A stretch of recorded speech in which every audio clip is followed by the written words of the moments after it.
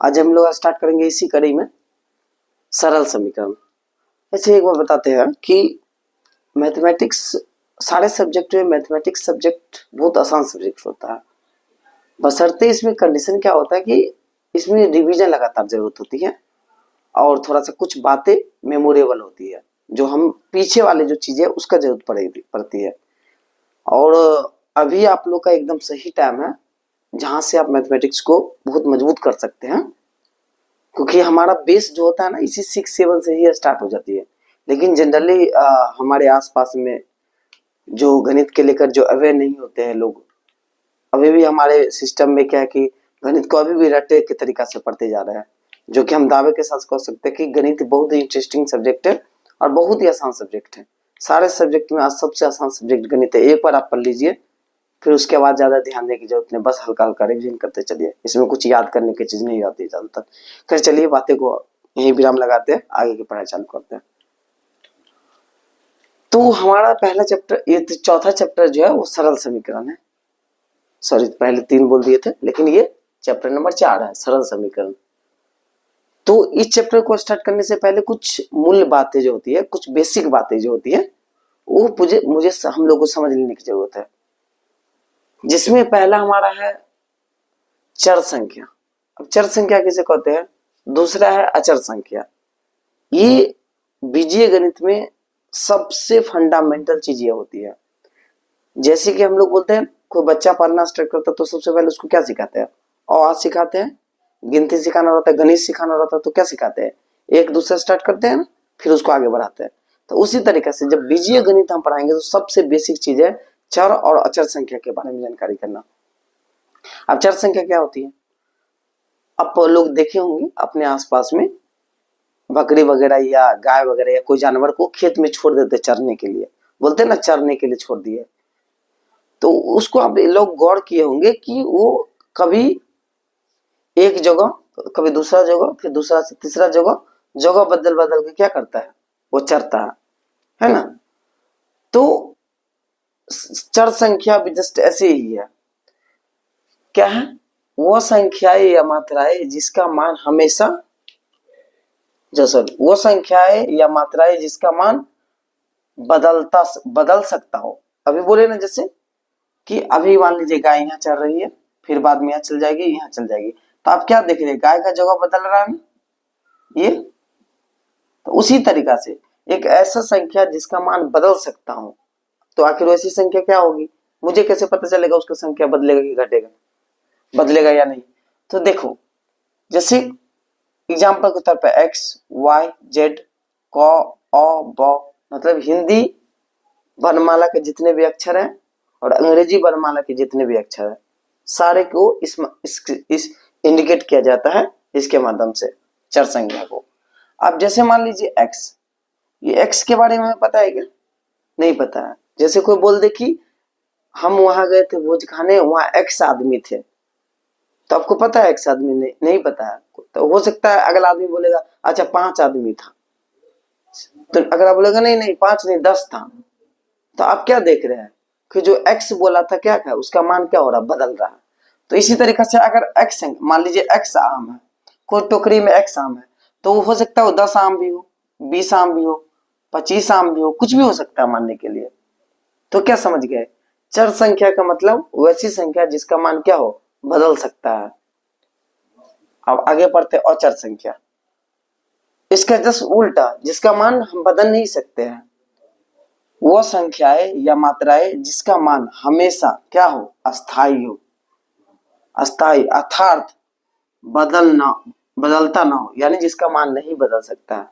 अब जैसे आपको बोल दे कि हम लोग भोज खाने के लिए गए थे, वहां 5 व्यक्ति थे, तो 5 मतलब 5 ही थे। अब कोई व्यक्ति आएंगे बोलेंगे नहीं नहीं 6 था, तो 6 हो सकता है क्या? नहीं होगा, क्योंकि हमने देखा अपनी आंखों से कि 5 ही व्यक्ति था वो, यानी उसका मान नहीं बदल सकता है। यहाँ देख लीजिए, जैसे एक एक 2 हो सकता है अपने आप? नहीं हो सकता। 2, 3, 4, 5, 6, ये सब क्या है? फिक्स है, इसका मान नहीं बदलेगा। तो मतलब जिसका मान नहीं बदलेगा वो कौन सी संख्या कहलाएगी? अचर संख्या कहलाएगी। सही है। चलिए आगे बढ़ते हैं। गणितीय संक्रियाएं।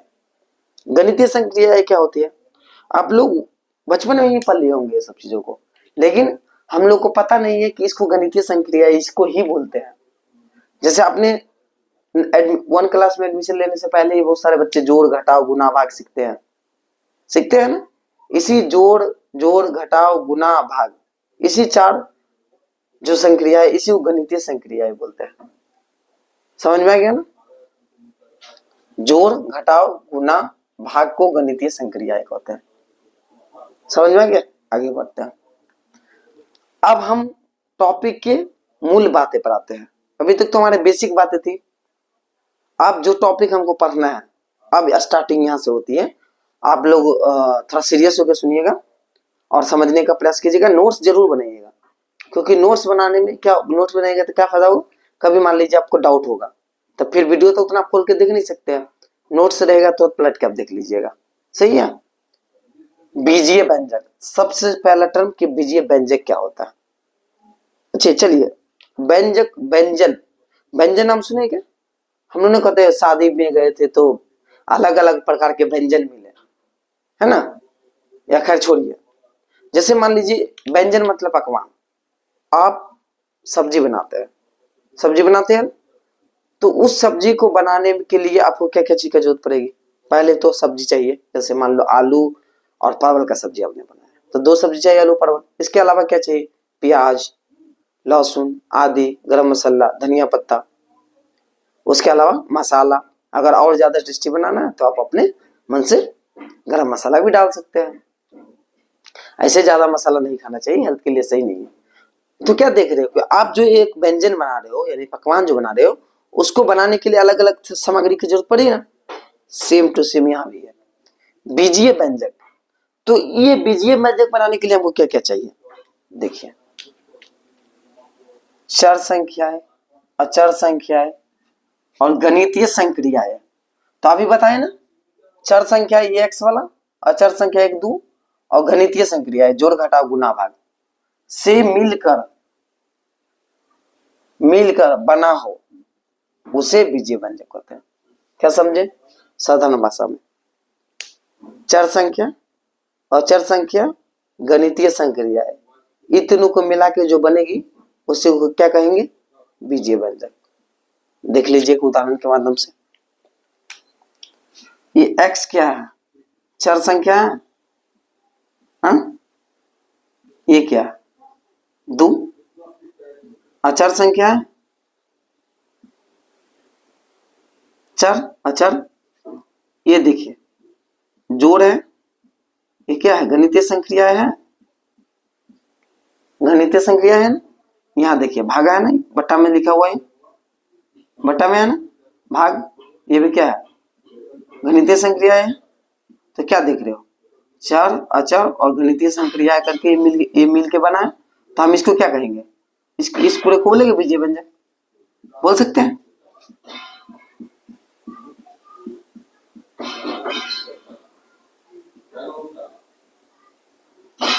सही है ना? अब आगे बढ़ते हैं। अब बीजीय व्यंजक के पद, जैसे हमने अभी उदाहरण दिया था पीछे कि हमने जो सब्जी बनाया तो उसमें आलू प्याज अलग अलग सामग्री की जरूरत पड़ी ना। तो यहां भी हम लोग जो बीजीय व्यंजक बनाएंगे तो ये सामग्री तो पता चल गया। अब देखिए, अब बीजीय व्यंजक के पद क्या हो जाएगा? एक बीजीय व्यंजक प्लस माइनस चिन्ह के द्वारा विभिन्न खंडों में बटे हो सकते हैं।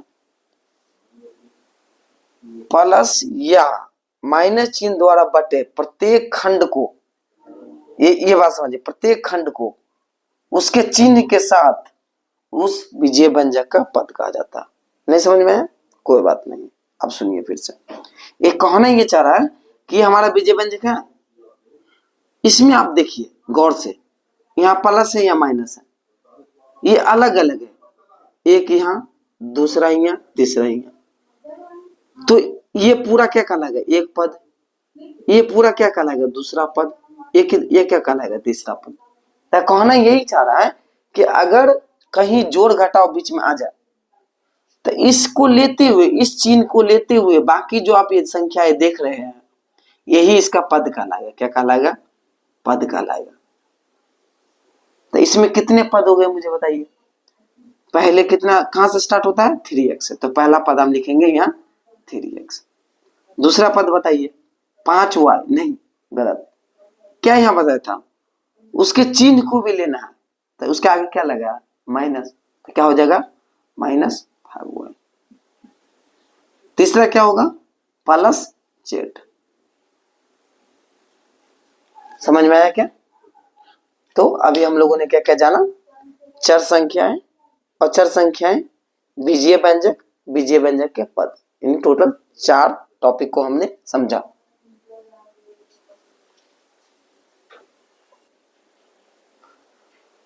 अब हम लोग बीजीय व्यंजक के प्रकार पढ़ेंगे। बीजीय व्यंजक हमने पिछला अभी समझ लिया था कि चर, अचर और गणितीय संक्रियाओं द्वारा बने व्यंजक को बीजीय व्यंजक होते हैं। सही है? पद भी समझ लिया था कि हम पद को कैसे पहचानेंगे। तो देखेंगे बीजीय व्यंजक में जहां जहां जोड़ घटा होगा वहां उसके माध्यम से हम को पद को समझेंगे। अब जैसे बीजीय व्यंजक के प्रकार में कितने प्रकार के बीजीय व्यंजक हो जाएंगे? 4 प्रकार के। एक पदी व्यंजक, द्विपदी व्यंजक, त्रिपदी व्यंजक, बहुपदी व्यंजक। इसमें कितना है? 1। मतलब कितना पद होगा? बीजीय व्यंजक में 1 पद होंगे। देखिए है ना, सिंगल। ये भी सिंगल। कहीं जोड़ घटा हुआ है बीच में? नहीं। गुना नहीं लेना। अब ये मत सोचिएगा कि 7 गुने z, यहाँ पर 2 हो जाएगा। नहीं, गलत हो जाएगा। अभी हमने क्या बताया था? गुना नहीं, सिर्फ जोड़ घटाव से अलग होनी चाहिए। अगर गुना में है तो उसको हम एक ही काउंटिंग करेंगे। समझ में आ गया? तो सब क्या हो जाएगा? ये 1 पद। इसी तरीके से द्वि, द्वि मतलब 2। तो मतलब इस बीजीय व्यंजक में कितने पद होंगे? 2 पद होंगे। देख लीजिए, 1 पद बीच में जोड़ आ गया ना, दूसरा पद। कितने पद हो गए? कुल 2 पद हो गए। यहाँ पे देख लीजिए, 1 पद बीच में माइनस दूसरा पद। देख लेना, 1 2 1 2। तो ये सब कैसे? ये सब व्यंजक, ये व्यंजक क्या कहलाएंगे? द्विपदी व्यंजक कहलाएंगे। इसी तरीके से त्रि मतलब, त्रि का मतलब कितना हुआ? 3। तो यानी इस व्यंजक में कितने पद होंगे? कुल 3 पद होंगे। 1 2 3। यहाँ पे देख लीजिए, 1 2 3। समझ में आ रहा ना? अब देखिए एक बहुपदी व्यंजक। बहु मतलब बहुत, लेकिन बहुत का भी कंडीशन है। क्या कंडीशन है? कि 2 या 2 से अधिक। मतलब कम से कम कितनी होनी चाहिए पद? 2 पद होगा तभी बहुपद कहेंगे। जैसे यहाँ देख लीजिए, यहाँ 2 पद है ना, 1 पद 1 पद, तो क्या कहलाएंगे? ये भी बहुपद कहलाएंगे। यहाँ कितना है? 1 2 3। 2 से ज्यादा हो गया ना, ये भी क्या कहलाएंगे? बहुपद कहलाएंगे। तो इस परिभाषा के माध्यम से क्या हम इसको बहुपद बोल सकते हैं? बिल्कुल बोल सकते हैं। क्यों? क्योंकि बहुपद का परिभाषा क्या था? कि 2 या 2 से अधिक पद होगा तो हम क्या कहेंगे? बहुपद कहेंगे। तो उस आधार से यहाँ पे तो 2 पद है, तो 2 पदी को भी हम लोग नॉर्मल भाषा में बहुपद कहेंगे। और बार बार हर जगह तुम आपको बहुपद लिखा दिखेगा। इसी तरीके से त्रिपद, ये भी 2 से ज्यादा है तो इसको भी बहुपद कहेंगे। बहुपद के प्रकार समझ में आ गया। अब हम लोग पढ़ेंगे समीकरण क्या होता है और समीकरण के प्रकार क्या कितने होते हैं। अब पढ़ने वाले हैं गुणनखंड, पद के गुणांक और पद के घात। आप लोग कभी भी प्रयास मत कीजिए लगातार लंबा समय तक वीडियो देखने का। जैसे कि एक टॉपिक खत्म हो जाए, आप रोक दीजिए, छोड़ दीजिए, फिर कभी घूम फिर के आइए, फिर लिखिए। अगर समय मिलता है, अगर सक्षम है तो लिख सकते हैं, लेकिन जनरली हम बोलेंगे एक टॉपिक लिखने के बाद आप छोड़ दीजिए, 10-15 मिनट इधर उधर घूम घाम के आइए, फिर लिखिए। और भी अगले टॉपिक जब भी लिखिएगा या पढ़िएगा तो पीछे वाला टॉपिक को जरूर एक बार देख लीजिएगा कि हमने क्या पढ़ा था, क्योंकि एक दूसरे से इंटरलिंक होती है, मतलब जुड़ी हुई होती है चीजें। जब ऊपर के आगे की चीज नहीं समझ में आएगी, मैंने पीछे की चीज समझ में नहीं आएगी, तो आगे वाले समझने में फिर दिक्कत होगी। इसलिए पीछे की चीजों को अच्छे से रिवाइज करिएगा, तब आगे बढ़िएगा। चलिए गुणनखंड क्या होता है देखिए। गुणन का मतलब क्या होता है, इतना मतलब समझिए। गुना क्या होता है, गुना। खंड मतलब तोड़ना, क्या करना, तोड़ना। तो मतलब क्या समझे कि जो भी बीजीय व्यंजक होगा उसको हम गुना के फॉर्म में तोड़ेंगे, वही उसका क्या कहलाएगा, गुणनखंड कराएगा, और यही प्रक्रिया हमारी गुणनखंड कहलाएगी। ठीक है, अब देख लीजिए, जैसे उदाहरण के तौर पे 3x² y, क्या पढ़ेंगे इसको, 3x 2 power square y, 3x² y। अब इसको कैसे लिखेंगे, 3 गुने x 2 बार है ना, 2 बार लिखेंगे x गुने x, फिर y। तो टोटल आपको कितना पद इसमें, माने टोटल आपको कितना, जैसे इसको तोड़े तो इसका कितना गुणनखंड बनेगा, कितना टुकड़ों में टूटा था, देखिए 1 टुकड़ा, 2 टुकड़ा, 3 टुकड़ा, 4 टुकड़ा। तो हम कह सकते हैं कि इसके कितने गुणनखंड हुए, 4। कौन कौन, तो हम लिख सकते हैं, क्या लिख सकते हैं कि लिख सकते हैं 3x² y का गुणनखंड, गुणनखंड क्या क्या हुआ, 3 हुआ, x हुआ, y हुआ, z हुआ। समझ में आया क्या। देखिए इसके परिभाषा को इतना लोड नहीं लेना दिमाग में कि क्या लिखा, और इसके परिभाषा को कभी रट्टा भी नहीं लगाना। हमने तो शुरू में ही कहा था कि गणित और विज्ञान एक ऐसा सब्जेक्ट होता है जहां पे रटने की जरूरत नहीं है, सिर्फ समझने की जरूरत है। अगर आपको ये पता चल जाए गुणनखंड मतलब गुना में तोड़ना, खत्म कहानी। इसको हम तोड़ दिए गुना में, 3x² को 3, यहाँ पर 2 का x है तो 2 बार गुना किए, फिर y, हमने क्या देखा 3x और z नहीं है 3xy, इसका क्या है, गुणनखंड है, खत्म कहानी। कुछ बचे क्या। अब आइए पद में गुणांक, अब इसको जानना है गुणांक क्या होता है, परिभाषा क्या लिखा है, लंबा चौड़ा है, आप उसको रहने दीजिए, सीधा आते हैं यहाँ। कौन इस पद के कैसे पढ़ेंगे, 3xyz, यही पढ़ेंगे ना। अब आपसे पूछेगा xyz का गुणांक बताइए, मतलब इसका गुणांक बताइए, क्या बताना है, xyz का गुणांक क्या होगा। तो ये बताइए इस तीनों को लेकर कौन बच जाता है, 3 बच जाता है ना, तो इसका गुणांक क्या हो जाएगा, 3। बस समझ में आया क्या, नहीं समझ में आया, फिर से समझिए। हमको क्या चाहिए, xyz का गुणांक चाहिए, तो हम xyz को अलग कर देते हैं, यहाँ से अलग कर दिए, बचा क्या 3, तो इसके गुणांक क्या हो जाएगा 3। अब समझ में आ गया होगा। चलिए फिर और इसी का आगे बढ़ाते हैं। अब आपसे कोई पूछे 3x का गुणांक क्या होगा, तो 3x को आप बाहर कर दीजिए, इसको बाहर कर दीजिए, तो क्या बचा yz, तो इसका गुणांक क्या हो जाएगा yz। ठीक है, फिर आगे बढ़िए। अब क्या हो सकता है संभावना, आपसे पूछेगा z का गुणांक बताइए, तो z को लीजिए बाकी छोड़ दीजिए, तो क्या बचा 3xy, ये ना बचा, तो क्या लिखेंगे 3xy। फिर आपसे पूछेगा y का गुणांक, तो y को लेकर के बाकी को छोड़िए, 3xyz, y को ले लीजिए बाकी को छोड़ दीजिए, तब बाकी क्या बचा 3xz, तो इसका गुणांक क्या हो जाएगा 3xz। समझ में आया क्या। ठीक है, आगे बढ़ाते हैं। पद के घात, अभी घात क्या होता है, घात जानने से पहले घातांक जानना होगा हमको। ये आपने 6 क्लास में पढ़ा होगा घातांक क्या होता है। देखिए घातांक और घात दोनों एक ही चीज है, थोड़ा सा अंतर है। जैसे यहाँ आपसे पूछे कि x का घातांक कितना है, तो x के पावर देखिए तो कितना है 2, तो x का घातांक 2 हो जाएगा, और यहाँ y का घातांक कितना हो जाएगा, तो y का पावर नहीं कुछ तो 1 है, तो ये इसको हम घातांक बोलेंगे। जब अलग अलग बोलेंगे तो क्या बोलेंगे घातांक, जैसे x का घातांक 2, y का घातांक 1। लेकिन अगर दोनों घातांक को जोड़ के बोलेंगे तो कितना टोटल घातांक हो जाएगा, 2 + 1 3, तो ये क्या कहलाएगा घात। क्या समझ में, इसका मतलब अगर आपसे पूछे कि इसका घात क्या होगा, तो टोटल घातांक को जोड़िए, इसका घात